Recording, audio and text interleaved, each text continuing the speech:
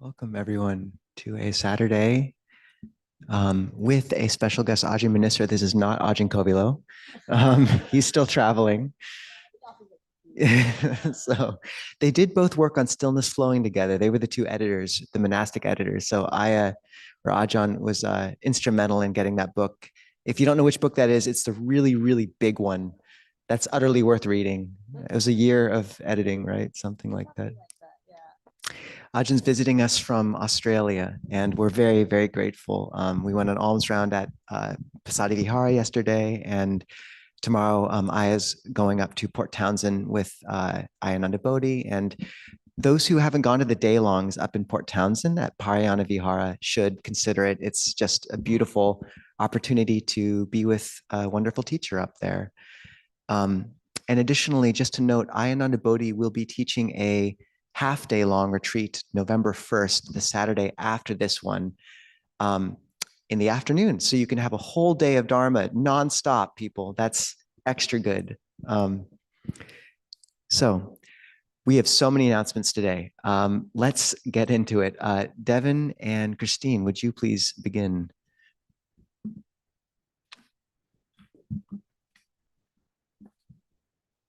Good morning, everyone. I'm Devin, and this is Christine, and we have been your hospitality stewards and now are your hospitality coordinators.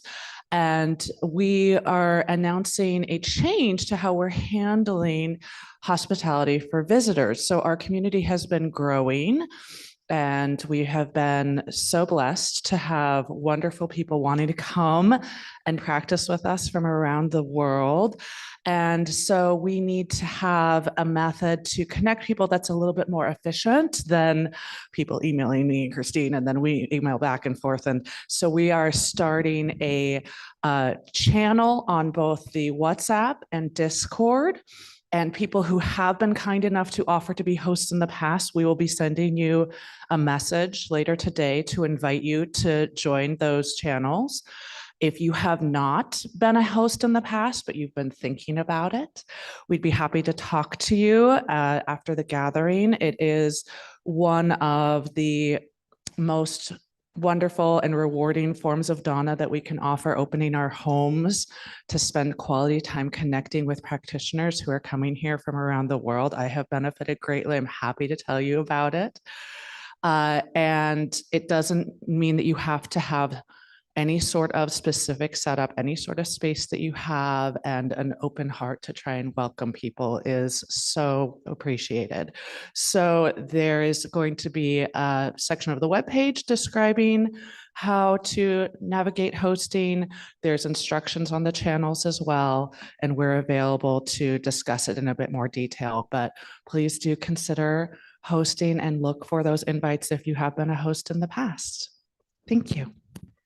Can we get 3 big sadhus for Devin and Christine, the hospitality? Sadhu, sadhu, sadhu. The Buddha lists receiving guests as the 6 objects of reverence, the 6th, and it is a real quality we want to cultivate in our community is receiving guests. Devin has a whole room in our house apartment set aside for receiving people. That's beautiful. So really consider opening your home, reaching out to Devin and Christine, and just being willing to kind of open yourself to something, the blessings that would come from people visiting. And we have people visiting from out of town. We have Shao, if you want to raise your hand, Shao, visiting from California. Amy, Chagasiri, and Amanda are just visiting from Portland up there. It's great to have you both. And Ajahn Manisra is staying at Jason Simplizio's home. So already the community depends on people having this generosity of heart. When I was a junior monk, I was the guest monk, and I remember visiting Nanachat. It's a whole thing, you know. And somehow I got put up in the abbot's kuti, and I always thought that was my good karma from being guest monk. So you might get to stay in an abbot's kuti someday. Who knows? It was really large. So. Okay, so This is part of a new webpage we have under events and galleries. It's called Visitors and Practitioners. There's info there with how you sign up to be a host and how you visit. And that same channel will be good for pet and house sitting if you want to take time to go on retreat and need someone to take care of your house, or just want to open your house for a space of quiet. If you're with your partner all the time and maybe wouldn't mind 2 weeks away from them, this is a chance to sort of coordinate. We also recognize housing prices in Seattle are apparently kind of high. So this is also a place where if you want to arrange housing with one another and rental space, this is where you can do it. We feel we have an obligation to the community to let people connect on that level. So please take advantage of that. And once again, that's on WhatsApp, Discord, and this visitors and practitioners page. The other element of that page is the Upasaka group. Who here knows what an Upasaka is? So it's a dedicated practitioner. It literally means one who sits near. And it's an ancient form that laity would used to take on and currently do.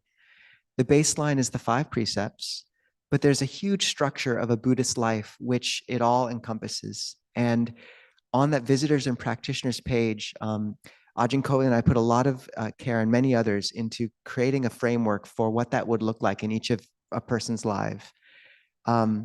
So we encourage people to take a look there. You can note your determinations and your aspirations in public, things like to keeping an uposatha day, doing regular confession, making a shrine, and wearing white to gatherings. So apparently no one here owns white shirts, a lot of people have been saying. But if you do, or you can get a shopping trip to find white shirts like Stefan has, it would be beautiful if we got the Buddhist uniform of the 5 precepts, amount of purity, and people were able to start wearing white, at least to some extent, to these gatherings. So we'll speak more about that form in coming weeks, but do take a look at that webpage. It's a really beautiful framework, and it's an ancient form from the time of the Buddha, which really can structure a life. So many announcements. First, could I also have Dory and Jessica stand? These are our new librarians. Katie has to step back for a time. She's traveling. But if we can get 3 big sadhus for our librarians. Sadhu, sadhu, sadhu. And if you, have some spare books that you'd like to bring, or going down to Abhayagiri and can bring back books, speak with Dory and Jessica.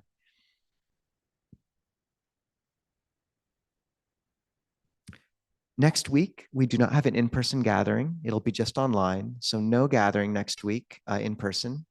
Apparently there's some sort of festival for the elementary school here, which is interesting. You could come. And on November 1st, the Saturday after that, we'll be in Blodell Hall. So that's just over there behind the church. And tomorrow, we thought we'd have, I'll still be going for alms on Sunday, but Ajahn Manisra will be up at Parayana Vihara. And I have something about if people talk a lot during Q&A, then just be aware of the number of people we have and kind of making room for that. I feel there's an irony with me saying that after this many announcements.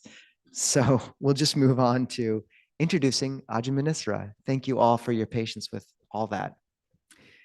So Ajahn Manisra was born in the Philippines, but Thai national, and went to college in Harvard for history, and then lived in Thailand and Australia as well.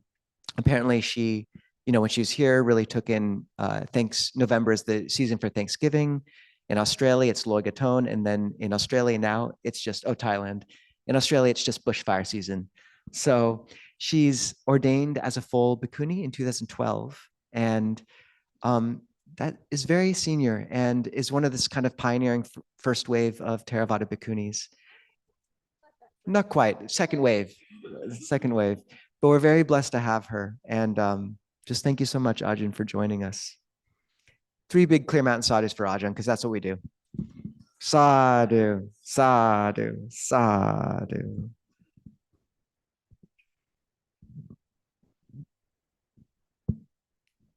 Thank you, Ajahn Yisubo, for that lovely introduction. And I feel like I'm the one who should say thank you for this wonderful opportunity to come here and to be in Seattle and to meet the like vibrant Dharma community you have.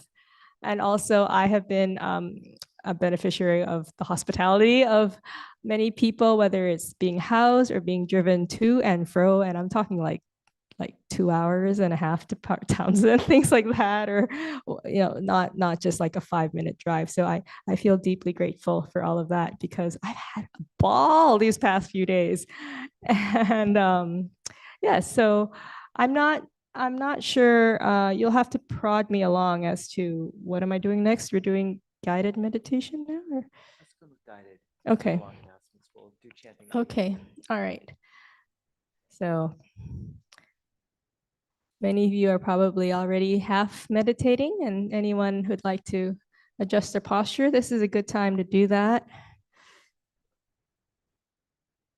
However you are sitting, just check that you're sitting in a way that is supportive of your comfort, but also your alertness.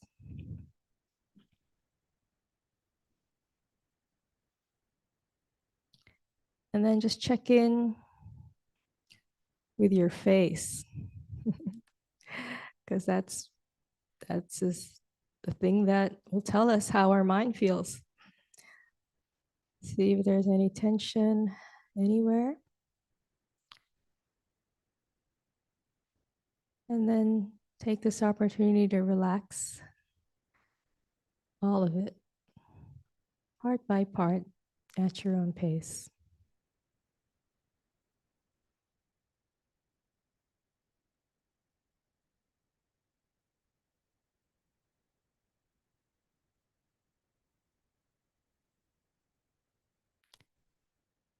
You can notice what effect that has on the rest of your body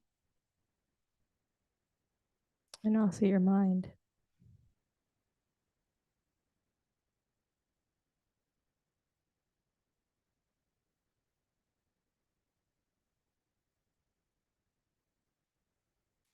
Just a simple step that brings a lot of ease.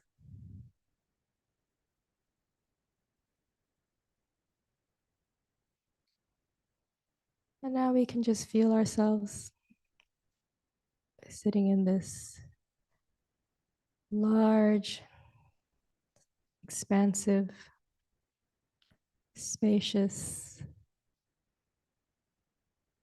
welcoming room. I'm just appreciating the fact that we're sitting in such a spacious room. I mean, how many of us have that in our homes or, even our monasteries? Isn't it nice when we sit in a big, spacious room?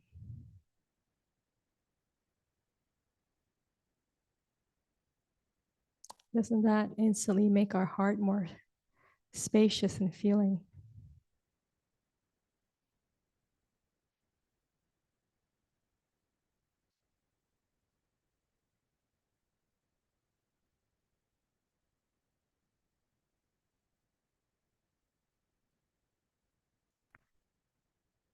And we can imagine ourselves opening into the room, or auditorium actually.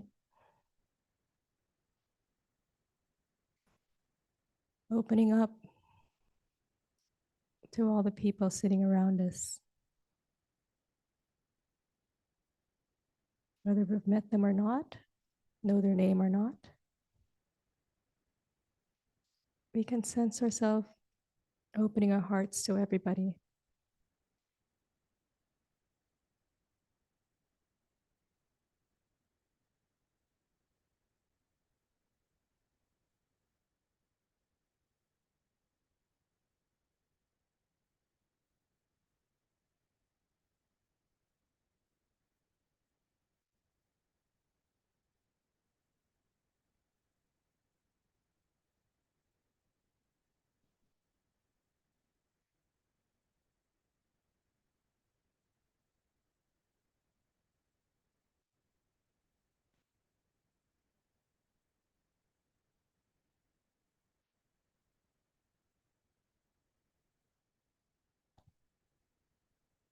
And now, if you like, we can turn inward and notice what's going on inside of us.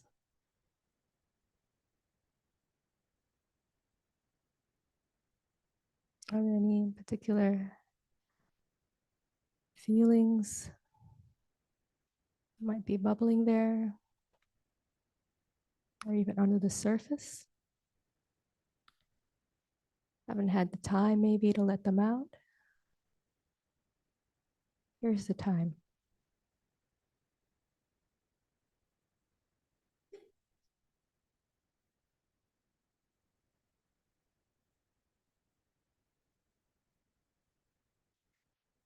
Do we feel any resistance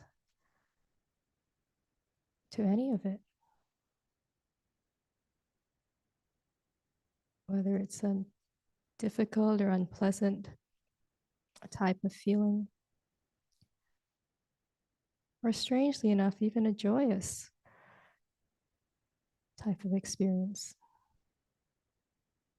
And there might be some subtle resistance or clenching around that. Nothing wrong with that, just notice.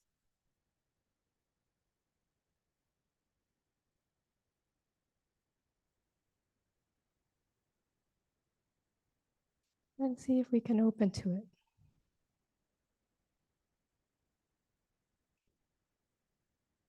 Like that feeling or those feelings, just a bunch of people sitting in our heart on auditorium chairs.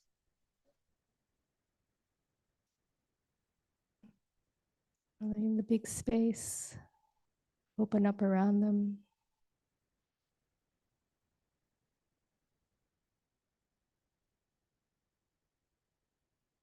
And hold them.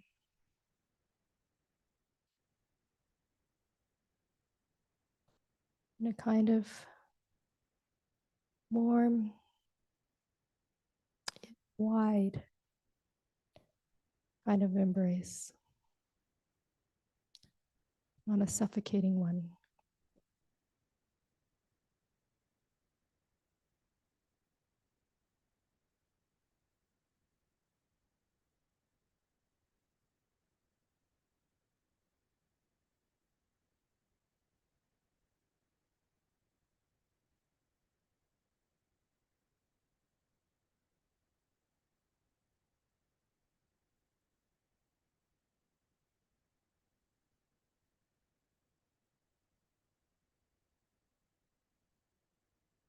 We don't need to rush this.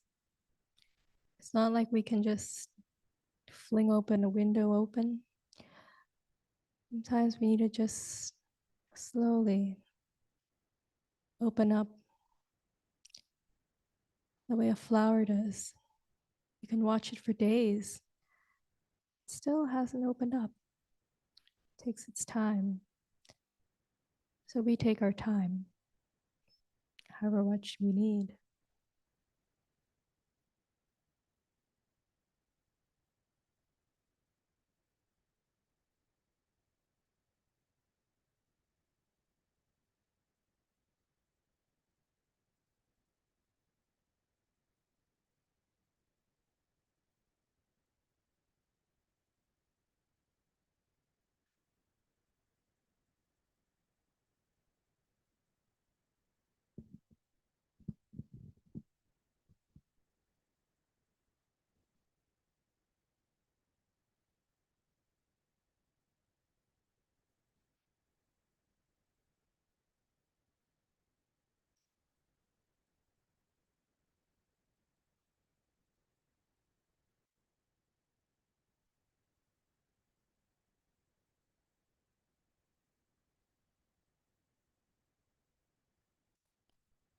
If your mind is getting a bit lost in this diffusion, the thoughts are coming in, see if we can open to that. That's not something that's apart from this meditation or intrusive into this meditation.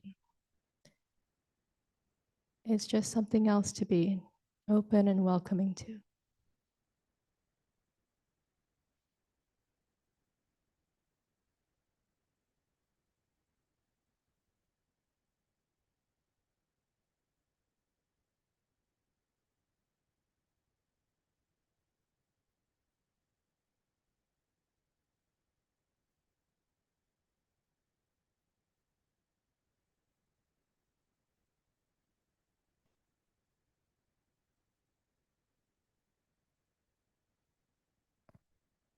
So let's just dwell quietly for a while. In this openness, spaciousness that has the feeling of freedom.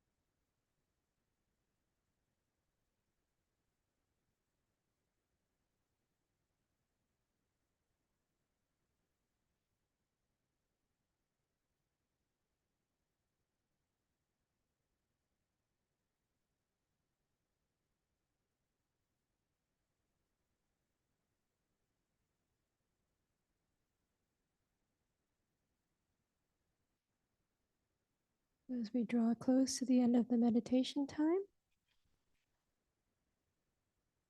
and check in again with your mind and your heart and your body. What does it feel like after sitting together? Is it any different from when we first started to sit?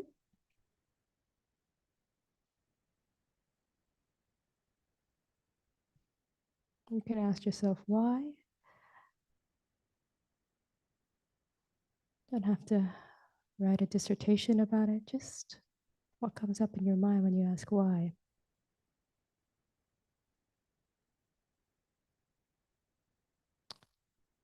And finally, you can come back in contact with just that pure feeling,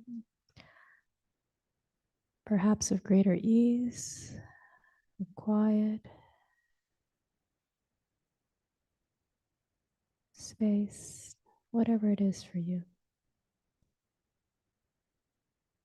Let's share it, even beyond this room. So imagine it flowing out of the doors, the windows, the walls,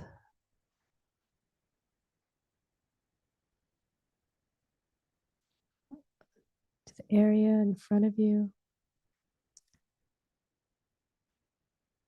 right of you, behind you, to the left, above you, below you, in a way that makes the ceilings, the floors, the walls irrelevant. Just an outward flowing, excuse the pun, stillness flowing.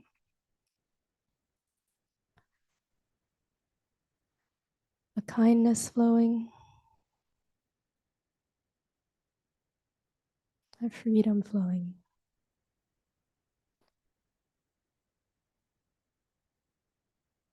Just go all out. As far, as wide, as high, as low, as your heart will go.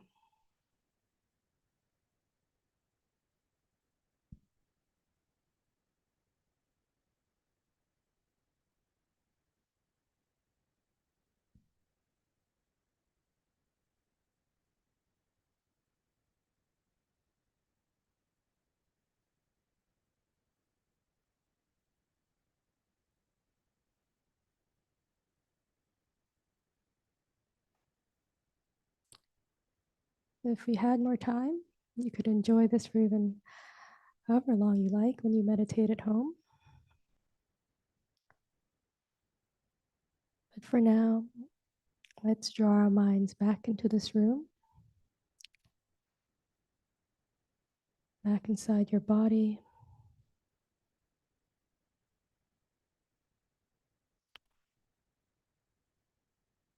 And come back into your heart. Really nourished and ready to open your eyes again and see in a different way. So whenever you're ready, you can come out of the meditation.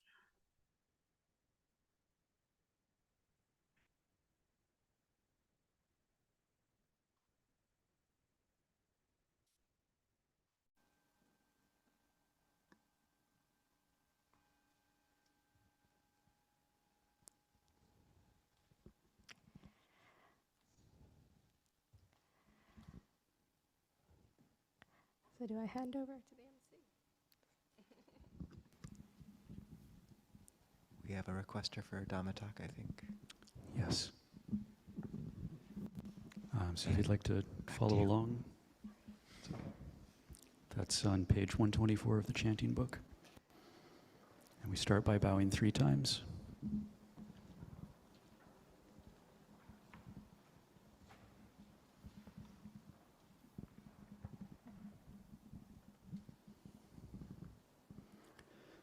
Brahma Chaloka Dipati Sahampati Katanjaliana Divaram Ayakata Santi Dasata Parajatika Dese tu Dhamma Anukampimam Bhajam.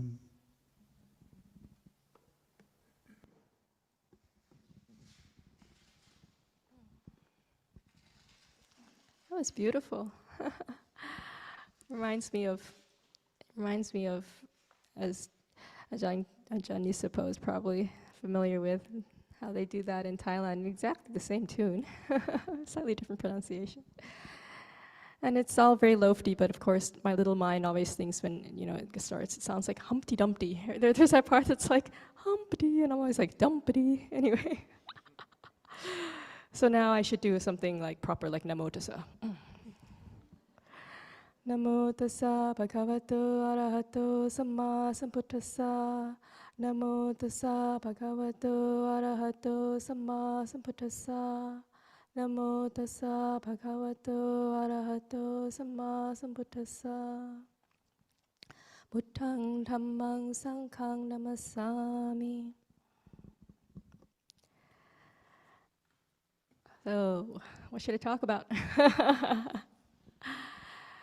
As I was looking at the shrine in Jason's little kuti, Jason and Abby's house, I saw a picture of, I guess it must have been your after Vasa. It's called the almsgiving ceremony, aka the katina you do when you only have 2 bhikkhus. But I was thinking, wow, that's a really big group of people. And such a diverse group too. I mean, it's just little faces, but I'm like, looks like there's young people, old people, people of all different kind of ethnicities, genders, just really refreshingly diverse. I mean, the Buddhist society in Western Australia is also very diverse, but I hadn't really been on the American Dharma scene for, since I was in my 20s. So I don't think it was as diverse back then. And so it's just lovely to see that. And I thought it was just because it was a big event like the alms gathering that there were so many people. But I'm like, oh God, there's just many people today, it seems like. And this is just your regular Saturday gathering, which is really a testament to what a thriving community you've managed to bring together in just a few years, isn't it, since you've been here? It's sadhu to that, times 3. Yeah, to be efficient. And so I feel so at home, because I grew up going to international school. I just have such a lot of experience living in different countries, so it's very hard to say, where are you from? And I'm like, California, just kidding. And I'm not. I've never lived in California. So everybody tells me I sound like I do, but I don't know why. And so I always felt really at home in New York City. It's the only place I felt like I didn't have to explain who I was, where I was from, blah, blah, blah, and you could just be anything, anywhere, and you would just fit in. And I kind of feel like that here. And that's I feel so at home. It's so nice. Even though I've never, I've been here for 3 days. But the thing is, diversity is, it's become a catchphrase. And it almost loses the profundity of its meaning when it just becomes like just another kind of issue we have to work on. There's in our organizations, let's increase the diversity in our schools and our whatever. Although apparently the trend, the person driving me yesterday was like shocking me with all this news about Trump, which I, living under my rock, didn't quite know about. But that it's going in the other way, and I'm so glad to see that there's a bastion of, place where there isn't. And I feel that there's diversity on so many levels. Being a nun, we were just talking about this at the cafe. We really are very attuned to the diversity or lack of diversity in Buddhist organizations at a gender level.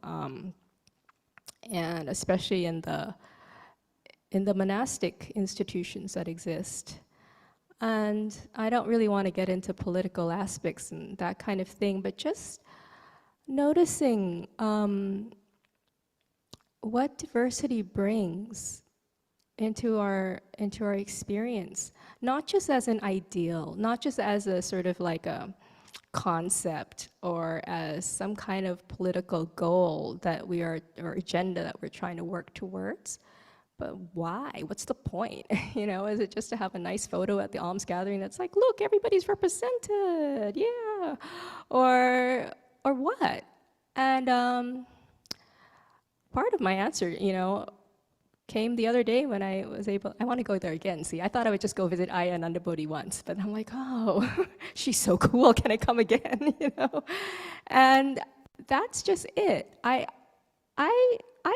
mean, it's, for me, I'm already a nun, right? But it was relatively new to me I've been practicing Buddhism for, gosh, I mean, you could say since I was a kid in a way. And it was kind of a really new experience for me to hear Dhamma teachings from women, even as a nun, right? It's so bizarre. But of course, in the monastery I started in Chiang Mai in Thailand, it was all women's. It was a bhikkhuni center run by, founded by people who had started it as a Machi center. Machi is like the 8 precept nun kind of option that existed previously. And we were surrounded by women, but we heard the voices of women there too. But it was almost like it always felt like just our in circle, like, okay, this is just our little group. And beyond that, I hadn't really heard much Dhamma from women. And it was only actually when I went to visit Dhammasara, where I am now. It's the nuns' monastery in Gujigannap outside of Perth, Western Australia, which began as a 10 precept nun place, because again, this predated the whole bhikkhuni ordination thing, but has now, after the first 4 nuns took bhikkhuni ordination, we are now a bhikkhuni monastery. And it was the first time I went to their library, and I was like, wow, we have a section. It's only one shelf, but we have a section that is like, meditation. Is this cutting out? Okay. Can you hear me in the back? Okay. So meditation and Dhamma teachings by nuns. And I was like, wow, I hadn't seen that many represented before, even in one bookshelf. I had never really. And so I got this book, again, Efficiency. I'm not an efficient person. I don't know why I keep on talking about this, but there was a book, a compilation, anthology of different women teachers. And I remember feeling like, this is so weird. I've never heard these voices before. And they kind of talked about stuff I never really heard about before. And I felt this even more when I actually went to live at Dhammasara to join their community. Everybody was listening to Pema Chodron. I was like, are we Theravada monastery? But everybody was, we have like sort of like book recommendation type things when we talk to each other, or like, and I was like, okay, I'd heard of her. When I lived in America, I used to, browse the Buddhism sections in Barnes and Nobles or whatever, and it'd always be like 3 people. It'd be like the Dalai Lama, Thich Nhat Hanh, and Pema Chodron. And I remember thinking, everybody seems to be reading her. That must mean she's like for the masses, like lowbrow. What a snob. And I was like, I don't just read what everybody reads. I'm not going to read her. Interestingly enough, I had no problem reading His Holiness the Dalai Lama stuff, even though like more people read him, so it's like totally more populist. But for some reason, but like the woman one, you're like it was so strange, my reaction. And so I was so dumb. It took me, I delayed my revelations that I finally got when I listened to her when I moved to Dhammasara. And I'm like, wow, how to deal with your emotions? I'm like, how come I never heard anybody talk about this when I was listening to monks? Sorry to say, Ajahn Nisabo seems very emotionally aware, so I'm sure this doesn't apply to him. But yeah, it seemed like it's such a basic part of our experience. It's like, how come I'd never noticed that this was a hole in my Dhamma practice? How could I have never even noticed that like this was something that I didn't know how to deal with, I was already a nun for like 6, 7 years by then. I'd been practicing Dharma for even longer. I was like, it was interesting because I told you I can't get to the point, so we'll just have to do random meandering, and there'll be nothing at all like what I thought I'd be talking about. But the psychiatrist I was seeing back when I was in my 20s, when I was diagnosed with bipolar, he said once to me, "Why don't you just feel what you feel?" As I'm like trying to analyze it. I'm feeling really anxious. I don't know why. This happened yesterday. That happened. I'm not sure why I feel. And he's like, "What? How about?" He said in the most mild way, and it was just a one-liner. Why not just feel what you feel? And I remember looking at him and being completely like incomprehensible. Like, what does he mean by this? And so I went back to my analyzing and figuring out, whether it's justified that I'm anxious, or is it just my bipolar coming up, or like what's going on, or am I just like I'm just like a inveterate worry ward, or what, But the idea of feeling what I feel, it completely, it did not translate. It was like Woodstock language in the Peanuts, he's like talking Woodstock language, and I cannot understand it. And that was like in my 20s. It was only when I was like 30. When did I go over to Dhammasara? Oh, I can't do math, like 37, 30, something, I don't know, something like that. When I started listening to her stuff, and I'm like, oh, you kind of feel your emotions in your body, and then you kind of, anytime even if you're thinking about it, it's actually a form of escape. I'm like, escape? I've been escaping? And yeah, that anything is a form of exit if you're not feeling the raw feeling of the emotion. And you just have to feel it. You can use techniques like breathing it into your heart, which I've never heard from a man say that, breathe it into your heart. What's the heart, right? Breathe it into your heart and, sort of open around it and that kind of thing. I was like, revelation. I was like binge listening to like Pema Chodron Vasa. It's like I'm supposed to meditate, but just one more CD. It was a time of CDs, for crying out loud. And yeah, and that to me, I was like, oh, it's true. There is a different voice when the Dharma is being expressed by a woman, by a nun. It is true. I'm always anti-cliche. Anytime I've heard that before, I'm like, yeah. I mean, they keep on saying that. But it's true. And I remember, so of course, there are not that many women heroines in terms of, role models we can have as women. Not anymore, I'm going to say, it's increasing. But one of my heroines is Jetsuma Tenzin Palmo. I'm sure many of you have heard of her. She's like, celebrity nun, Cave in the Snow. Who hasn't read it? If you haven't read it? Okay, so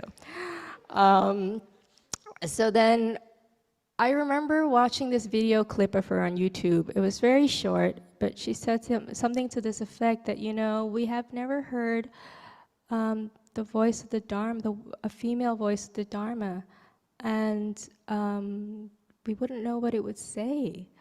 And that is her heart's wish, is to help that bring about. And I remember, like, I think if I watched it today, it would still make me cry. Just something about it, it just makes me cry. I'll show you. Because you just feel like, yeah, this is an unheard voice, and it's sad that it hasn't been heard, not just for women, but for everybody. What have we been missing this whole time? And what a loss that has been. And what enrichment it could bring if we heard that voice more. And that voice doesn't have to sound any particular way. Again, there's no stereotypical women, let me tell you.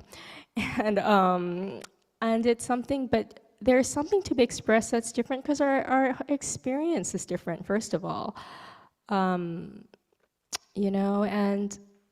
our way of perceiving things, or giving importance to things when we observe things will be different, and our way of receiving them or dealing with them or reacting to them will be different, and even the way we express ourselves will be different. I know sometimes it's a little bit politically incorrect. I mean, gosh, what a funny term. I mean, what's politically incorrect is what's politically correct right now. But it's kind of politically incorrect to say that, oh, women are like this, men are like that, women are from Venus, men are from Mars. We're supposed to say that's not true. But the more I've lived as a nun in a nun's monastery, I'm kind of like, yeah, there's something to it. There's something to it. And it's, so yes, it will be different, this voice. And I wasn't planning to talk about this, because again, it was like a totally stereotyped woman thing. I'm gonna talk about why it's so important for us to speak and be there to represent the Dhamma. It's like tooting your own horn, but I think it needs to be said, so I've said it. But it's just not that gender diversity. It's any kind of diversity on our spiritual path. And I was really enriched by those long car drives I've had with, how many have I had now? Two or three, something like that. And talking to the person who was driving me, it's like I learned so much about how people practice. It's very, what's the word? It encompasses many different kinds of practice. And I notice how the people coming here today will probably be, some of them will be the same faces going to Aya Ananda Bodhi's place. And on Jason Suplicio's shrine, there is, a picture of a Rinpoche. I was like, oh, cool. My secret Tibetan leadings are not very secret, so it's like, Rinpoche, he likes Rinpoches too, and yet he's some Clear Mountain Theravada guy. Ooh, interesting. And but this seems to be normal, because like the ladies driving me in the car were like talking about all the different practices they do that are from different Buddhist traditions, but also different teachers within different traditions within the same tradition. That there's always diversity within diversity, and also the non-Buddhist, but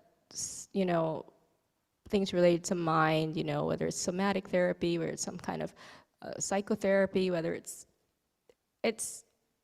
able to be held in a way that it's working for them. And we are often told, when you come from a more like homogeneous kind of practice lineage, that you get confused if you go around and do too many things. And you should just sort of start with one, stick with one, and kind of get something coherent. And maybe that's true. Maybe in the beginning that's helpful, but I don't think necessarily there's any one way to do it. And if I had said, oh, Pema Chodron, she's got like those funny dots over the O's, like it's not going to mix with my practice, I would still not know how to feel the feeling. And I have to say, my psychiatrist was male, so let's not make this overly gender, whatever. But yeah, I would have been like still like like so completely emotionally, what's the word? Like not completely shut down, but just really not able to make any kind of sense of them, or not even sense of them, but just to be emotionally competent. Had I not gone outside of Theravada. And I don't feel it confused me. It enlightened me, and it's something which I feel if we develop an open-minded approach to our spiritual practice, we will actually have access to more tools that we might be needing at that particular time. I feel like such a heretic, but I can say this now because I'm not. It's so ironic because, when I go back in November, I'm supposed to help teach this early Buddhist text series of workshops on the gradual training using quotations from the suttas, the early Buddhist texts. And I'm kind of like, am I allowed to use examples from Tibetan Buddhism in this? I'm like, no, I better play it straight. I better play it straight because I'm just, sort of one of the more, I don't know, younger teachers. So I'm like, I think I'll play it straight for that. But here I'm, I'm out of the box, and I can talk to you all about my Tibetan weirdness, and not weirdness, sorry, but like, my interest in other stuffs. And I really feel like that diversity is important because it enables us to address what it is we need with the practices we need at that time, and that can come from different things. We were talking about the Enneagram a lot in the car yesterday. How many of you know about that? Yeah, right. I went to a small workshop on that long ago when I was still a layperson, and I thought, oh wow, like that's another thing. I was like, I couldn't have learned how to understand myself or other people just by reading the suttas in this way, and I still use that very much in just the rudimentary knowledge I had from that one workshop, but I still use it to this day. And I feel like that has really enriched my practice. And so having diversity within your spiritual life is also really important.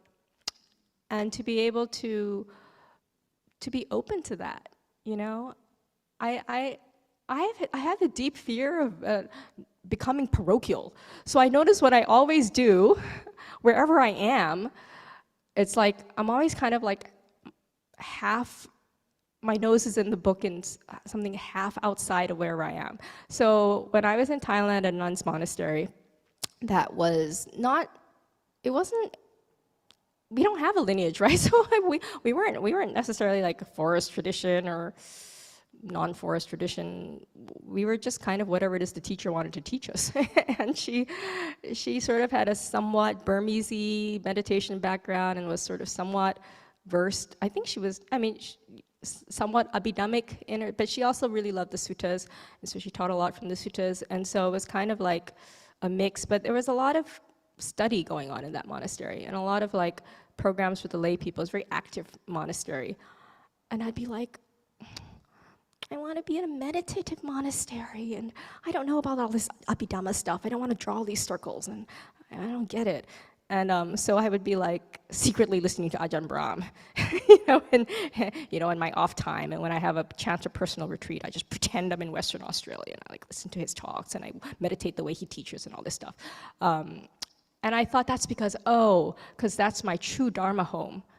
But then when I actually got to Western Australia, I'm like, during the Vasa, I'm like listening to Pema Chodron, Tenzin Palmo, and I'm like always not doing the thing that's the main thing only, because I have a deep suspicion of doing one thing only and the main thing only, and because that breeds fundamentalism, and I am deeply afraid of fundamentalism at any level, not just at the broad brushstrokes of like fashion, that's scary in of itself, but any kind of fundamentalism, even in your spiritual life, I think is, first of all, it's distorting, but second of all, it's narrowing, and it's confining, and it leads to rigidity of your views about what's on and what isn't. We all seek that at some level. We want clear mountain, right? We want clarity. You want clarity about what is right and what is wrong and how to practice and whether my practice is going in the right way and all this stuff, because clarity gives us a sense of security. So at some level, we seek that. And at some level, that is what we're supposed to develop. We are supposed to develop clarity. But that kind of clarity is like a 360-degree clarity. It's a clarity that sees wide open. It's not the clarity that comes from like the sort of like simplistic clarity of being able to draw things in black and white. Yes and no, right and wrong, good and bad, and here I stand, That's a sort of like fake clarity that gives you fake security, and most of us like it because it's easier to develop, right? But at some level we know it's not the real thing. And the thing is, when we take it to be the real thing, we miss the real thing, and the problem is we get snooty about the real thing that we think we know, but isn't the real thing. You know what I'm saying? Probably not. But I remember one of the nuns asked, we have like a kind of Q&A Ovada with Ajahn Brahmali every so often, every 2 weeks or so. He's very kind to offer that to us. And someone asked about this. It was really funny because the question was kind of almost sort of directed at him. Ajahn Brahmali, you're listening, please forgive me. But but like he's early Buddhist text man, right? And so some people kind of, I don't know if you all may not, I feel like I talk about these people as if everybody knows them, but maybe that's because I'm from Western Australia. But anyway, if you don't know him, he's one of the teachers who teach out of our center, and he's known to be like the sutta guy. He loves the suttas, knows the suttas, everything suttas. And so some people are like, you know, how do you go about being sort of like really devoted to the suttas and not coming off as fundamentalistic? And he said, you know, it was very insightful. He said, you know what? Until you are at the level of stream entry, sotapanna, and you've actually penetrated right view, you have real bona fide right view, any kind of view is just a view. So even a view that only the earliest Buddhist texts are really authentic, really know what they're talking about in terms of what the Buddha really taught, that is still just a view if you're just walking around not being a sotapanna. That's just a view. Anybody who says commentaries, that's later additions. That's not the real thing. Just a view, unless you can show me your ID card that I'm a sotapanna, I've got right view, then it's just a view. So if you look inside yourself and you're like, I don't think I'm a card-carrying sotapanna yet, then any view you have, my dear, I'm sorry, is just a view. And so knowing that means let's be open to other views, because mine's only just little v view. And it could be freaking wrong little v view too. I don't know. We all think we're right. So you better suspect the voice in your head that tells you, but I'm right. Because that's just a view. That's just a view. And just because we feel like we're right, it doesn't mean anything, because we all feel like we're right. We all do. So you can't be the only one who's right, unless you really are, which I am. Then, you know, we have to hold our views really lightly, with a lot of open hand and skeptical mind, because our view is just a part of the picture. And to be able to learn the Dhamma from anywhere, this is what I most enjoyed on a long-haul flight, even as a young student who had to, you know, go back and forth between Asia and America all the time. And I loved the long-haul flight because it was like free in-flight entertainment the whole way. And even though my eyes were about to fall out of my sockets because I'd been watching hour upon hour, and I was so dead tired, I felt obligated to suck out every minute of in-flight free entertainment I could get. And I'm a bit older now, so I said, you know, I'll sleep when I'm tired. But it's hard to sleep on the plane, and it's hard to meditate, I have to tell you, unless you're like some, you know, whatever you, super meditation master. It's hard to meditate on a plane when like someone's sitting right next to you. So then my allowable in-flight entertainment is documentaries and podcast type things. They don't have Clear Mountain podcast on Delta Airlines. Please put it on there. Then I would have endless hours of allowable TV. But the thing is, you know why I like doing that? It's not just to fill in the time, but because I rarely have the opportunity to be exposed to material that's outside the, you know, conventional Buddha Dhamma box. You know, we do have a section in the library that's like psychology types of books, and I noticed they're very popular because I'm the librarian, shout out to librarians, and I shelve the books and I know who checks out what, and that's a very popular section, even though we're like Buddhist nuns supposing to be reading the suttas. And so I like that though. I like that it's popular because it means our nuns, we are not just, you know, narrowing ourselves, that the only truth, the only insight, the only valuable methods are to be found in one bookshelf. And yeah, and that there's a lot of, you can, once you make the Dhamma the center of everything in your life, everything you're exposed to will be funneled through the lens of Dharma. And so I don't feel too illicit watching the random documentary about Muhammad Ali or, what did I watch? It was so fascinating. This podcast on a butler academy. Butlers had to be trained somewhere. So they have an academy in the Netherlands. And you're like, aren't butlers English?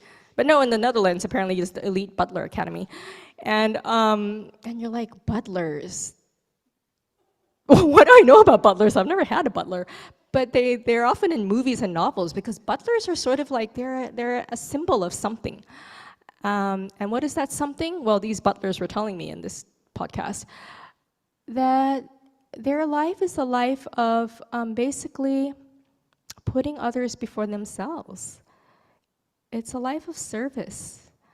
And they said it's a very rewarding job. And at first I was like, it is? Like your whole life is like, yes, sir. And you need your shoes polished, sir. And what would you like for dinner, sir? Or whatever. It's like, I don't know, it seems like drudgery and slavery to me. But no, from a passionate butler, the butler's life is a life of service. It's a life of whatever it is you need, however is it you like, I will make it happen for you because you are more central than me. And he said it's such a rewarding job because of the smile or the thank you might get for something you did. And to me, that was such a beautiful, beautiful expression of the human life, actually. If we all could live like a butler does in that way, with that kind of heart, that would be, a way to express the spiritual path, And so I had a lot of insights from watching that Butler Academy, which I'm not kidding. I really, that's why also I couldn't watch back to back anymore because I needed time to process and tease out and draw out all the spiritual insights I was getting from these things I was watching. And I felt that sometimes you need to do that to understand a Dharma point. If you're just doing it from like, and Samyutta Nikaya 47.2 says this, sometimes you don't get it. And that's something I really appreciate about Ajahn Brahm, my teacher. And hey, how long am I going for? I'm not good with time. Where are we? We're only doing this till 10:30, right? Oops. No. You're good. You can keep talking until. Oh, okay. Cut off officially, but. Oh, 10:50 is the cutoff. But then there's no Q&A, so I'm going to stop because I like Q's. I like Q's. I don't know if you like the A's, but I like the Q's. So, but basically, what I really appreciate about great Dharma teachers, and I would say that would be Kapil B. Buddha is the first one, is that they're great at drawing similes from something completely unrelated to make a Dharma point in a way that you can actually understand. Because the endless repetitions of, whatever it is that is in the suttas, you get lost in them. But just that kind of like judo move where you go do a slight detour and you come back. That's how I get things. And so that's why I like doing things like reading things outside of the Buddhist world or watching things outside of the Buddhist world, in moderation, because sometimes that's how I get the aha. And I feel if we're open to that, our spiritual life is so much richer. And so it's really in our interest to be open and to be kind of free in that sense, free to explore and free to be taught by anything. There's this famous Ajahn Buddhadasa quote where he's like, the trees and the rocks and the leaves and all are all teaching Dharma. And I'm like, yes, my version is the podcasts and the New Yorker magazine and the whatever it is that passes by as you're looking out the window of the car, that is teaching you Dharma, if you look in the right way. So I offer this over time little reflection and now open up to Q&A for any interesting, fascinating questions that you would like to pose. Handamayam Dhammakataya Sadhu Karam Dhamma Sadhu, sadhu, sadhu, anumodami.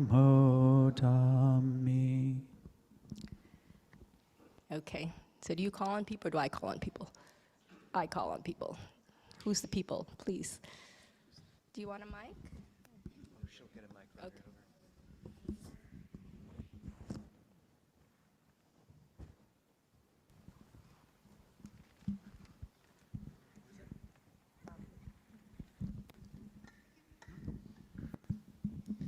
Thank you so much for the talk and for being here and for your practice. I probably have maybe a standard question and reaction to the flexibility that you're offering is when you have, when you see things through Dharma, it seems very valid to explore everything. But when I reflect on things that I have by teachers, I would not have believed them for sure. I was wrong about so many things, and if I go with my lectures and podcasts and all the stuff that I like, it would worry me that I wouldn't have enough confidence in the Buddhist teachings without this, I don't know, the teachers really almost preaching that in a way where I can feel their conviction in a confident way. I don't know if that is the right framing, but probably you understand what I'm saying. Yeah, no, and I understand exactly what you're saying, and I experience it as well. I've experienced it, and I experience it now. And I think the thing about what I find so reassuring about the way the Buddha laid out the path is this idea of that, well, you really have to know for yourself, you know? And we have to develop the confidence in our ability to know for ourselves, even when we're like, how can we know? I'm so filled with doubt and, like lack of clarity. But, strangely, I think deep down, we have something in there that does know. But until we can be confident in our ability to access that and to be able to tell which one is the one that knows and which one is the one that's like, confused, who's speaking right now, then do what feels most helpful at that time.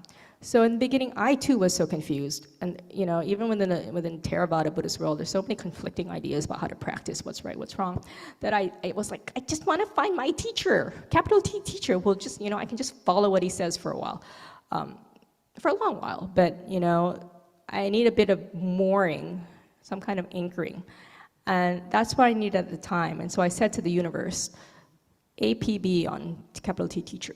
Want to meet him or her? No, I definitely thought it was a him back then, because how many hers were there? So just send my way. I need it now. And otherwise, I feel I can't do anything. I feel I'm scared of doing the wrong kind of practice, And so at that time, it floated to me. And then I really just kind of was a bit listening only to that for a while. And so, but then after a while you feel like, okay, I get it. I have some sort of coherence in something that I can make sense of the other stuff, so in a way it doesn't conflict. Then I felt ready to explore more.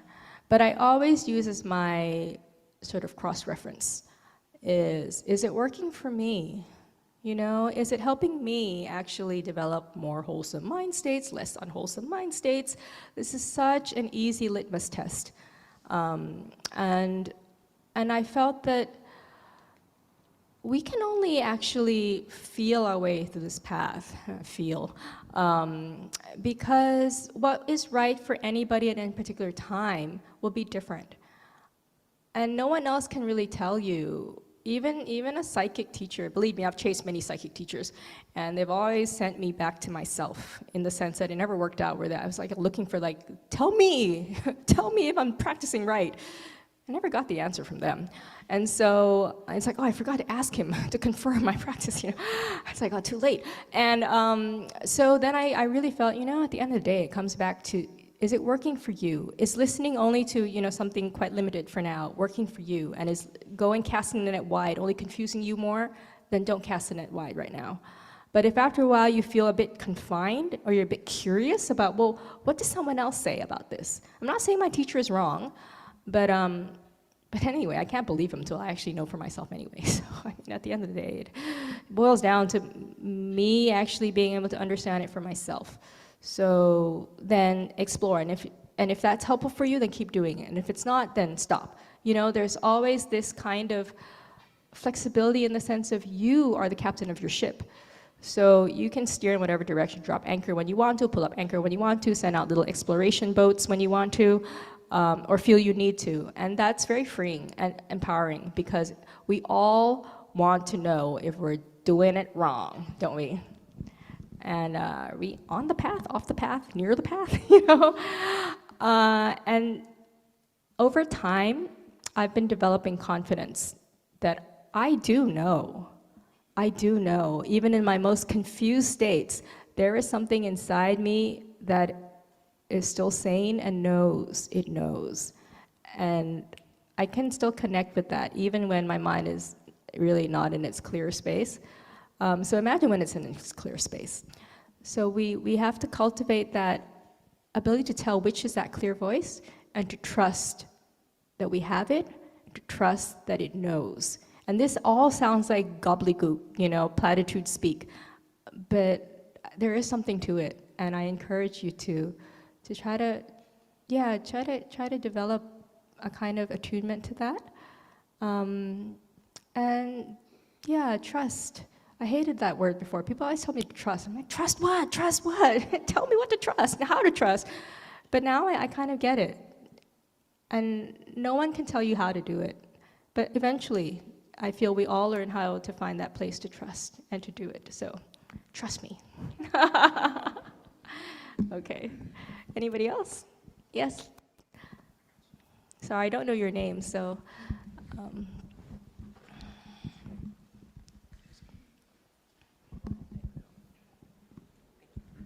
Thank you for the talk. So I'm really interested in how women have gotten a voice in this practice, because I think what you said is exactly right on. And the world itself in every area needs an equal balance of female-male voices, and you know, the dearth of that is, I think, one of the reasons we're in the situation that we're in. But can you tell a little bit about the history of it? And because the way you just said it, like there were no female nuns when you were young, so it's a fairly new, or very few. So it's a fairly new thing coming on. Like there's more and more women, or yeah, you know, it's the word nun is such a complicated word because it comes from an English. Like, it comes from a Western context when it's clear what's a nun, right? It's the Catholic sister who told you to do your homework, you know. But in a especially Southeast Asian or South Asian Buddhist context, okay, I'm a historian too, like in the sense of like I like to approach things in terms of history. So let's do a quick rundown. Okay, Buddhist time, 2,000 whatever, 500 plus years ago. First there was him, then there were monks, and then there was his foster mother who was like, hey, what about us? Can we ordain? And he's like, no, and Ananda's like, why not? And he's like, fine. And we're all like, why did it take you 3 times? But anyway, he did it. He allowed the women to ordain. And so then they had the bhikkhunis, the fully ordained. He's a bhikkhu, I'm a bhikkhuni. We're, you know, not quite on par apparently, but, you know, I think so. And so these are both fully ordained monastic members of the Fourfold Assembly. It's not called the Fourfold Sangha, let me make that clear. The word is Parisa Assembly, and that includes also those Ubasikas he was talking about, and the Ubasakas, that's the male and female devotees are apparently supposed to go to Kmart and buy white sweatshirts and sweatpants tomorrow. And so these are the 4 pillars of the Buddhist assembly. And so this is how it was set up. But then, okay, so from India to Sri Lanka, they had the king of Sri Lanka invited bhikkhu and then a bhikkhuni, brother and sister, how cool is that, to come and bring the ordination of the monastic order to Sri Lanka. And so the famous Sanghamitta Teri, the only one we ever know about, her pictures at least are in Sri Lanka. Okay, she brought it over, then ordained a bunch of women in Sri Lanka, and then the lineage flourished, let me say the word, flourished for centuries. But then war is bad, because war wipes out the Sangha. And then they wiped out the bhikkhu and the bhikkhuni Sangha. And then they were like, oh no more monks. And then at some point when the war had died down, they invited some monks from Burma and Thailand to restart the bhikkhu order in Sri Lanka. Yay, bhikkhus are back. And I don't know, was it like they forgot that second part of the to-do list, or it wasn't on the to-do list, but it was like, did not invite bhikkhuni Sangha to come and revive the bhikkhunis, and so they died out.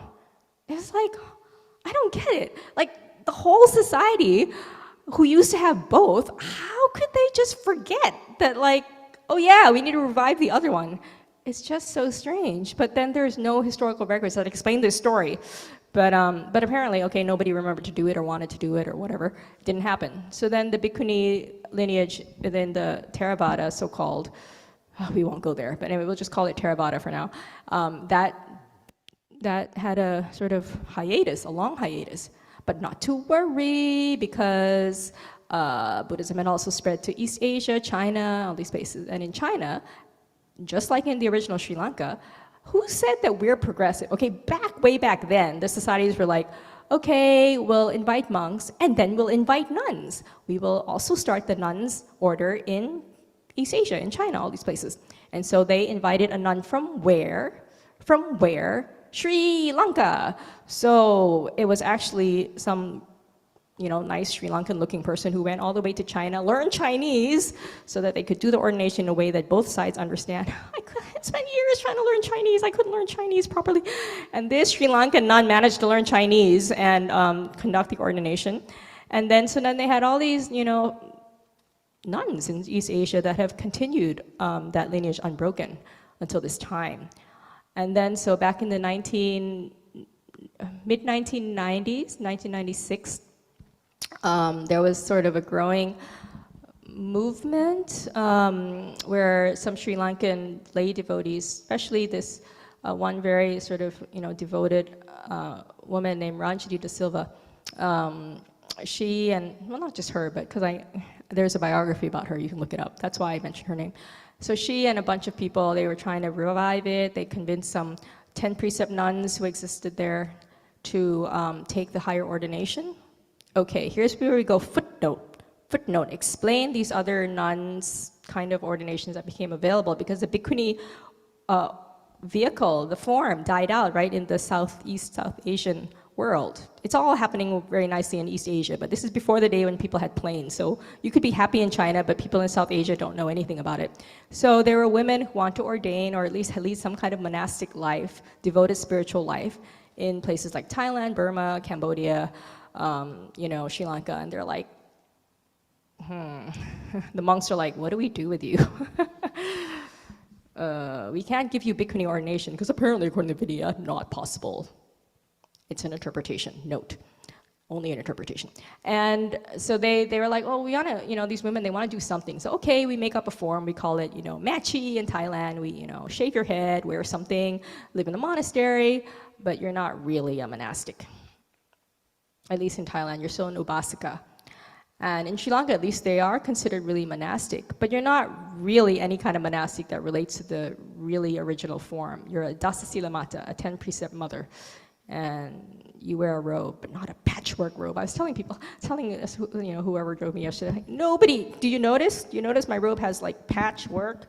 No, nobody notices. They just see that you're just wearing some random brown colored cloth, like a tablecloth on you. And, but if you're a nun, there's a whole politics of it. If you see a nun, you're like, is it patchwork? You know, is her robe patchwork? Is she a bhikkhuni or is she a dasa silamata? What is she? And if you're just wearing white, okay, you're a machi. But do we call you a nun? So in Thailand, historically, well, we don't have the word nun. We just have the word machi. So machi is just a vocabulary word for like woman, bald, roby thing on. Yeah. And so that's the only word that exists for so-called monastic women in Thai to this day. We have been bhikkhunis in Western Australia since 2009. Do the math, that's a while now. And we have lots of very lovely supporters from the Thai community. They always like to offer dana and, you know, bring things for us and that like that. But they still refer to us as machi. And I don't take offense because I understand that that's because it's ingrained in the vocabulary that like, okay, woman, no hair, roby thing, even though the roby thing is brown, but it's still, you're a female roby thing, bald person, machi. That's the word. And I put it into Google Translate because I was trying to write some questions for a Thai Kruba Ajahn teacher and I didn't know how to write Thai. So I translated every English word into Thai and I was like, nun, machi. That's the only word that came up. You know, I'm like, there's Google Translate, update, bhikkhuni, no, nun equals machi. And so that's why the word nun is like loaded. Like in English, you can say nun. But when you go to Thailand, you're like, nun, what kind of nun? What do you mean my nun? Is she a nun? Is she not a nun? What's a nun? Yeah, nothing is simple when you're a nun. But of course now in Western Australia, they call us nuns because they want to westernize things so people are not bamboozled by like, you're a bhikkhuni, what's a bhikkhuni? What's the Dharma? You know, like, so we're called nuns. Dhammasara Nuns Monastery, not Dhammasara Bhikkhuni Monastery. So it's like, oh my Lord, I mean, God. Even just the vocab words is a whole political minefield. So yes, nuns. What was your question? Well, you've answered it quite beautifully. Thank you. Okay, good. All right. Is there time for anybody else? I love questions. You know why? Because I feel it's my karmic retribution because I ask so many questions that I feel I would like to answer some to settle the score a little bit. Hi. Hi. I'm back here, wherever I am. There you are. Yeah, thanks for being eclectic. So it's sort of an eclectic question having to do with rebirth, a strong theme in my heart. And I've seen statistics where 2/3 of Western practitioners aren't convinced of rebirth, Buddhist practitioners. And there's this whole other realm of research happening these days with, NDEs and University of Virginia past life experiences and out-of-body stuff. And to me, the common thread is that there's a continuity of consciousness outside of a body, which, if that happens, then rebirth can happen in all that researching. Sorry, could you say that last There's phrase? Something about body? A continuity of consciousness outside of a physical body. Oh, right. And that breaks the idea that we're materialist, that our consciousness is materialist. And I wondered, to me, there's a tipping of proof almost starting to happen with all this research. I wonder what your thinking is about that. Yeah, well, what's really funny? I remember watching some kind of session of the Mind Life Institute that the Dalai Lama founded, and he said something, he likes to get together with scientists and to exchange viewpoints, especially neuroscientists. And he's like, the scientists always, they're always like, yeah, you guys meditate, but how can you prove anything without scientific measurements? That's the materialist approach, right? And he's like, yeah, and we look at you guys and we're like, how do you scientists prove anything without meditating? So I'm like, yeah, that's exactly the problem. So I feel like it depends, if there was an ability to merge the two approaches, you could just line them up, all those great meditating psychic monks who can recall their past lives. Because, it says in the suttas, the Buddha could recall his past lives. That's one of the 3 knowledges, right? So it's like, that would prove, if that was enough for you, that would prove it. It's like, Yeah, but it's not, right? So then that's why we have scientific proof where you collect stories of people who can remember their past lives, where you can cross-reference whether they said they lived in so-and-so village in southern India and their mother was this name, and then you go there and you're like, oh yeah, it was. Oh, maybe I'll add that that was, I would just, this summer was the 50th, for the 50th anniversary of the International Association of Near-Death Studies, and the 50 years since the term NDE was coined. Oh, this has and been so at the long. conference, there were a whole bunch of neuroscientists and biologists and a whole bunch of peer-reviewed papers out there in the medical journals now about, you know, data. Yeah. Signifying rebirth. So it's really happening. I mean, there's stuff happening in the scientific community. It's really interesting, and I think there's a sea change happening that's, I think, super profound. And I just wondered, with your eclectic thinking, what you thought about that. Yeah, well, you know, it's strange. I don't know why, but I've never questioned rebirth. And I'm one of those people who will question anything, right? It just came with me, I guess, in this life. I already was like, yeah, I was convinced a while ago already on that one. So this time I don't waste my time. I don't have to waste my time trying to like figure that one out in this life. I've got plenty else I have to figure out. So at least the rebirth one I've already done. So I somehow came into this life already like, yeah, makes sense. Like I didn't even question it. It's like, to me, it's already like a given in the way I view the world. But I can understand what it's like for someone who wasn't born with that, and to them it's like, how am I going to know? How will I know? Are you sure it's really the thing? And that's why we have all these great scientists working at that level, where they are able to prove it in some way that people can get their heads around. Because if you're going to like, just ask that psychic monk, they're like, how do I know he's psychic? You know? It's not convincing. Whereas, you know, if you really believe in a psychic monk, you're like, whatever he says, proof. So, you know, it's what works for you. But the thing is, the way I like to think about it is, the only way I will actually be really convinced, you know, this thing that I say that I was born already convinced, maybe it's just a feeling. The way I will be really convinced is when I develop the 3 knowledges. And I am able to recall all my past lives, and you people's past lives, and it'd be like, oh, that's a lot of past lives to know about. So I encourage all these people who are skeptical, just work on your meditation, man. And find out for yourself. Were you Krusty the Clown in a previous life? Were you, you know?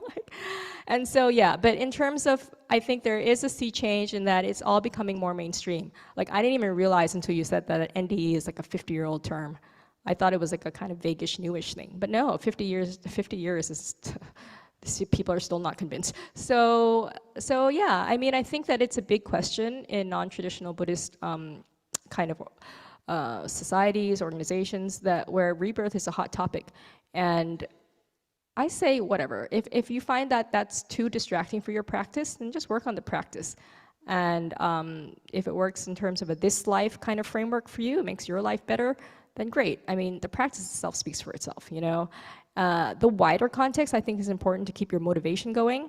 I find having a rebirth context where it's like, I'm not just worried about this particular life.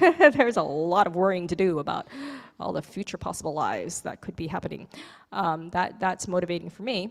But also the sense that like what I do in this life is going to help me and prep me for future lives, but also the future lives of others. You know, that's the thing. The thing that like I'm not helping anybody who's just sitting right in front of me in the context of their particular problem of the week, problem of the day, problem of the lifetime. It's a much broader picture. And that brings so much more meaning to your whatever it is you do. You're doing it not just for something small, but for something huge. And so that's what the rebirth framework gives to our practice, our lives. Okay, we good? Next thing. MC. I feel like there's going to be an unexplained spike in people searching for Butler Academy. They're going to be really confused by it. I was officially called somewhere. I'm not their PR. Thank you so much, Aya. Oh, thank you. I really enjoyed all the questions. Thank you. The Q's and the A's were good. And yeah, just to say, you know, you kind of said self-deprecating that your talk meandered, or would meander, but I feel like I mean, first it didn't at all. And one thing I think that's so beautiful about having visiting teachers is the Buddha he spoke about three kinds of mind. There's the mind like a pus-filled blister, where if it's, there's a mind like a lightning strike and there's a mind like a diamond. And the pus-filled blister is the mind that angers easily, and when it's spoken angry words, exudes angry words back at the speaker. The mind like a lightning strike is the mind of a sotapanna, card-carrying, where you see truth for a second and then it's dark. And then a mind like a diamond is the arahant's mind, the mind of an enlightened being. And it's such a good simile because what a diamond does is it transmits light perfectly, and yet the prism, once light goes in pure, it comes out in all these colors on the wall. And when you just see what it means for the Dharma to manifest in different people. And your Ajahn, whatever you term is appropriate, just the sense where you see what the Dharma means for in a different heart, and how it manifests in the unheard voice that we are missing. Just thank you for bringing that to us and just living it so authentically. And I know you humbly said you weren't part of the first generation, but in a lot of senses, the first or the second, and just carrying on something very precious into the world. So thank you so much, Venerable. You would make a good butler, but a better bhikkhuni. So. Believe me, upatak is the Pali word for butler. Upatak, get that, people? That means to stand near. So. It means the attendant, junior one who looks after the senior nun, or the junior monk who looks after the senior monk. I was like picking upataking tips up from the Butler Academy. You can share those with us as well. Yes. We can't shine shoes because we wear sandals, but so we do have to wrap things up. We'll begin just by, if people wanted to read out the chanting request list, these are people we can keep in our hearts now and dedicate the goodness of the day to.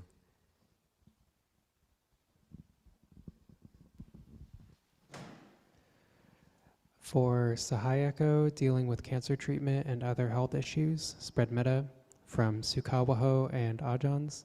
For Charlie, received cancer diagnosis, spread care from Peter, Sarah, Doug, Sarah with an H and Ajahns. For Adeline Fleming, recently passed away, prayers for Adeline on her journey and family, thank you, from Michelle, daughter. For Julie Corwin, struggling with a recent diagnosis of metastatic cancer, holding you and your family in metta, from Kate Davies. For Beverly Shapiro, just passed, spread merit for a fortunate rebirth, from Tan Kema and Ajahn Nispo. For Scott, continuing health difficulties, spread care for healing and grace, from Nicole Brianna Ajahns. For Gisela, dislocated ankle, spread care, Clear Mountaineers, Ajahns. Ellis, Joseph's child, just born, spread love for a beautiful life, from Joseph, Gratitude Stewards, Ajahns. And for Dean Turner, passed away early this morning, please share merit for a fortunate rebirth, from Matthew Turner. Would others have names they want to bring into this space? Raise your hand. Yeah. Paul Waters, who recently died. Will.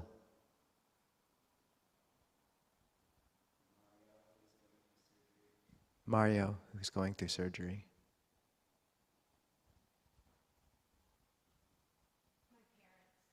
Roya's parents.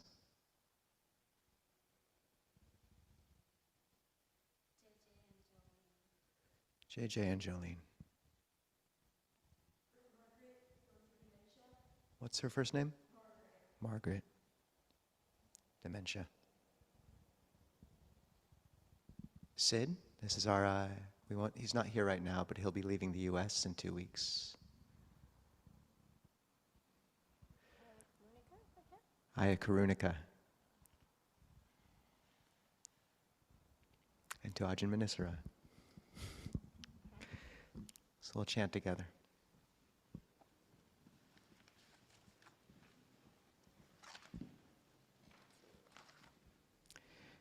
If people People want to turn to page 33, Verses of Sharing and Aspiration. If you're joining on Zoom or YouTube, the link to the chanting book should be in the chat or description, page 33.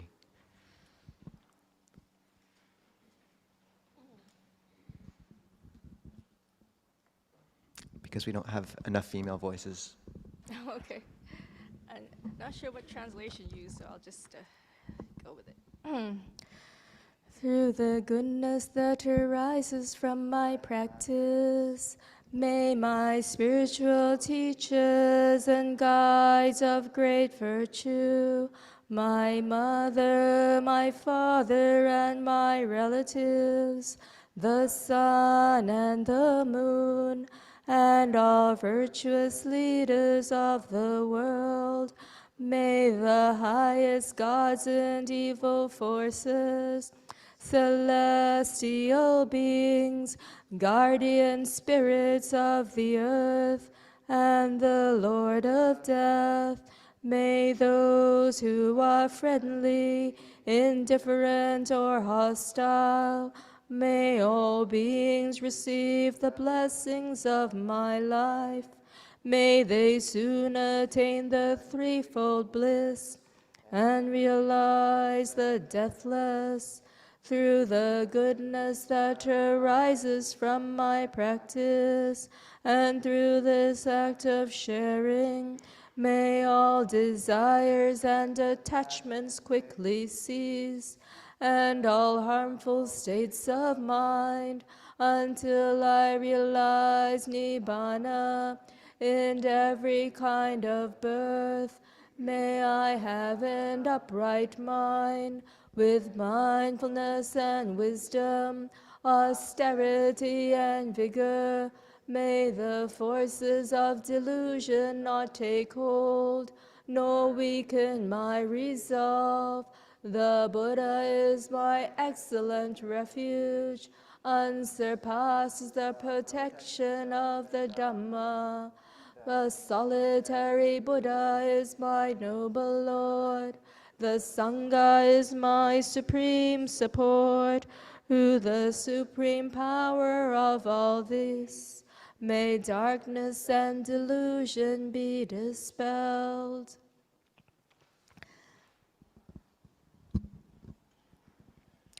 The next thing we do is if people have been here 3 times or less, so first comers or second comers or third comers, if you're feeling brave, if you can raise your hand and just say your name and how you heard about us, and speak loudly if you would. And if you're shy, it's okay, you don't have to do it. But a little bit of pressure, because I'll just stare at you until you actually do it. In the back. Matthew. Yes. Beth Shao brought you. Welcome. Amanda Chagaseri transported here from Portland. Welcome.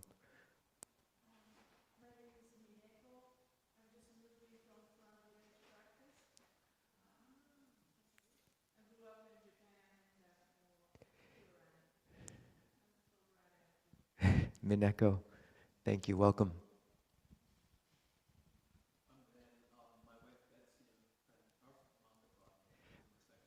Ren, welcome. Betsy, Moffat, good work. Okay. Please.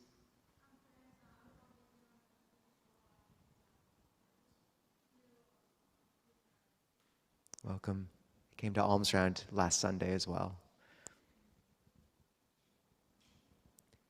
Okay. So a few things.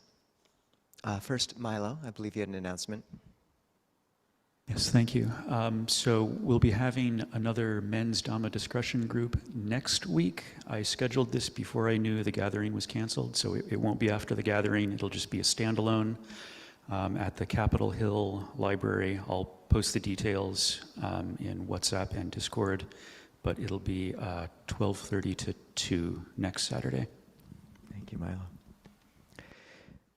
Once again, if you are interested in being a host, join our WhatsApp or Discord groups, or look on the Clear Mountain website under Events and Gallery, Visitors and Practitioners, or talk to Devin and Christine, who will raise their hands really high right now.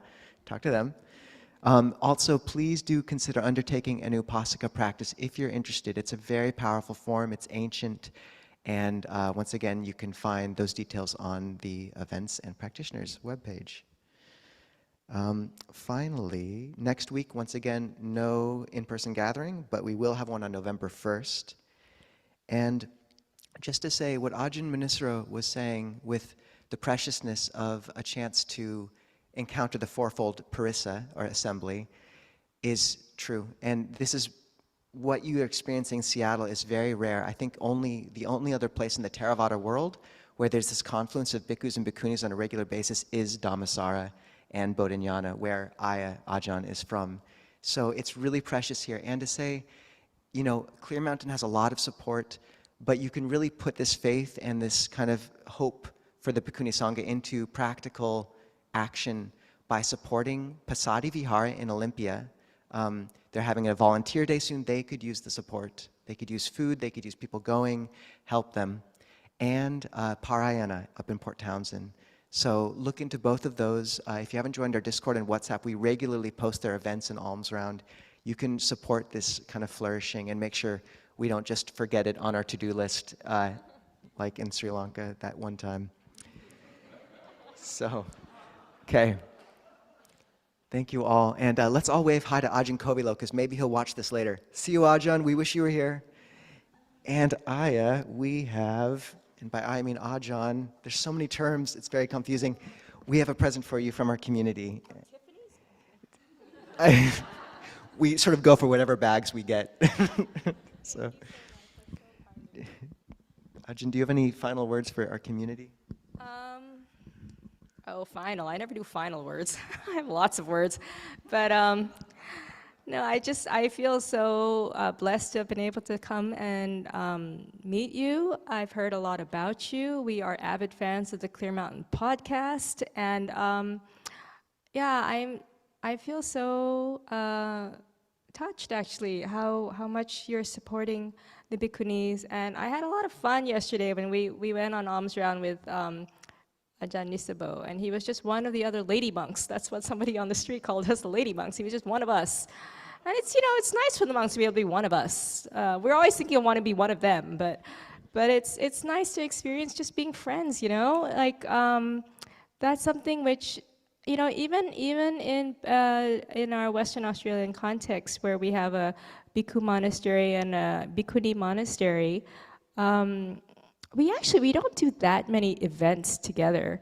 It's only like Vesak or, you know, New Year's Day, and it's only a few people are sent down. And we see each other regularly when we go, the nuns go and listen to the monastic Dhamma talk Ajahn Ram gives on a Wednesday night at the monks' monastery. And so they're just like the bunch that sit on that side, and we're on this side.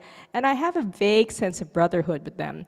But I don't actually hang out with them, which I guess we have separate monasteries because we don't want to be hanging out with each other too much. It leads to difficult things, and so so we don't do that. But to experience just a bit of friendship is it's so nice. And so friendship between the monastic part, but also friendship with all of you, I just get a really warm feeling from being here. So I thank you for that. Sadhu times 3 for efficiency. Sadhu, sadhu, sadhu. Yeah, we were on alms round and just kept chatting to each other until we got scolded, and then we had to look inspiring for a few. Alf would like whip out his camera and be like. So believe me, what you see on the website is not accurate. It's a partial picture. Okay. Welcome, everyone. You're joined a beautiful community here. If this is your first time, your third time, or your 100th time, please join in meeting each other. There's very dedicated, wonderful practitioners here. Everything here is free. We don't accept money or use money, so please take some of the books in the back. We just brought back 3 boxes of new books from Abhayagiri, including calendars. So please take part. We have people who bring food every Saturday. Please have some. Get a name tag if you haven't, so people know who you are. And we do encourage folks to discuss Dharma generally. A good key question is what's coming up in your week and Dharma together. And finally, after things wrap up, we might take a walk around the park, so people can feel free to stick around for the parade. If you're on Zoom, stick around for Zoom coffee hour, and we'll all bow together if you want. No pressure, except the 50 other people bowing next to you.